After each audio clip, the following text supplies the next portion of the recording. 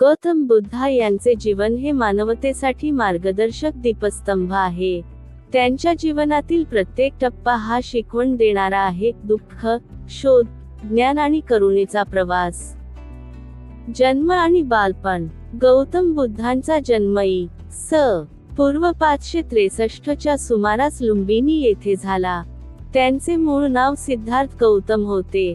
त्यांचे वडील किंग सुद्धोधन हे शाक्य वंशाचे राजा होते आणि आई क्वीन माया होत्या. जन्मानंतर काही दिवसांतच त्यांच्या आईचे निधन झाले. त्यानंतर त्यांचे संगोपन त्यांच्या मावशी महाप्राजपती गौतमी यांनी केले. सिद्धार्थ लहानपणापासूनच अत्यंत बुद्धिमान, शांत आणि दयाळू स्वभावाचे होते.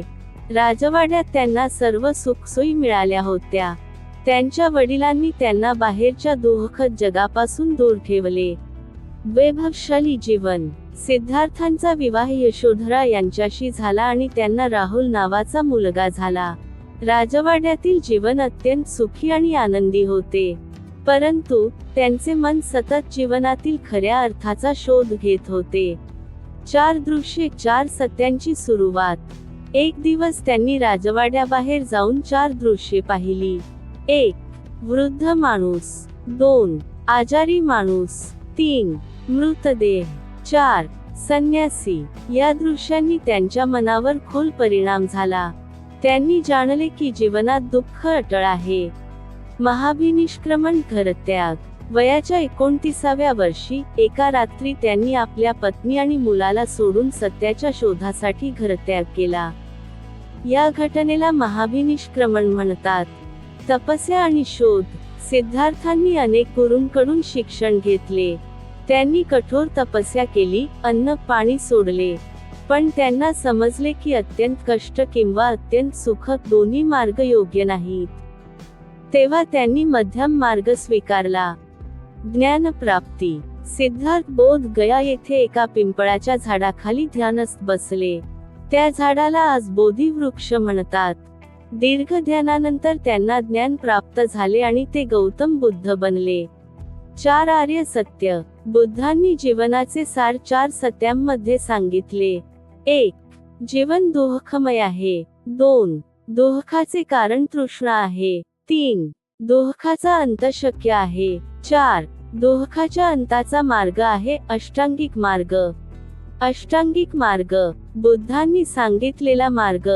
सम्यक दृष्टी, सम्यक संकल्प, सम्यक वाणी, सम्यक कर्म, सम्यक आजीविका, सम्यक प्रयत्न, सम्यक स्मृती, सम्यक समाधी. हा मार्ग जीवनाला शांतता आणि मुक्तीकडे नेतो.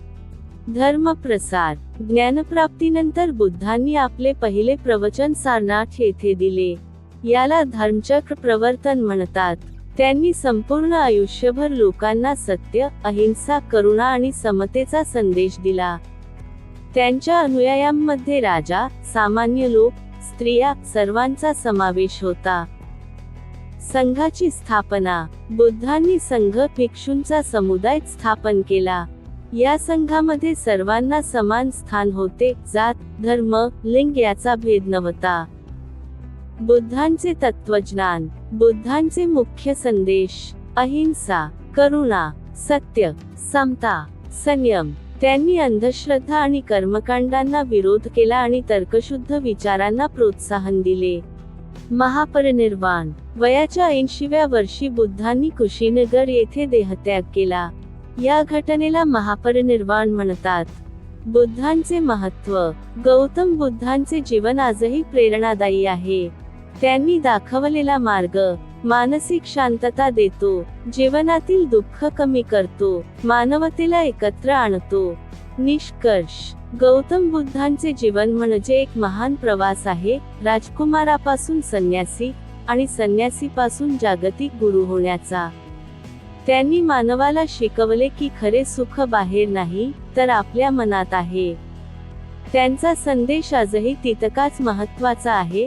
स्वतःचा दीप बना.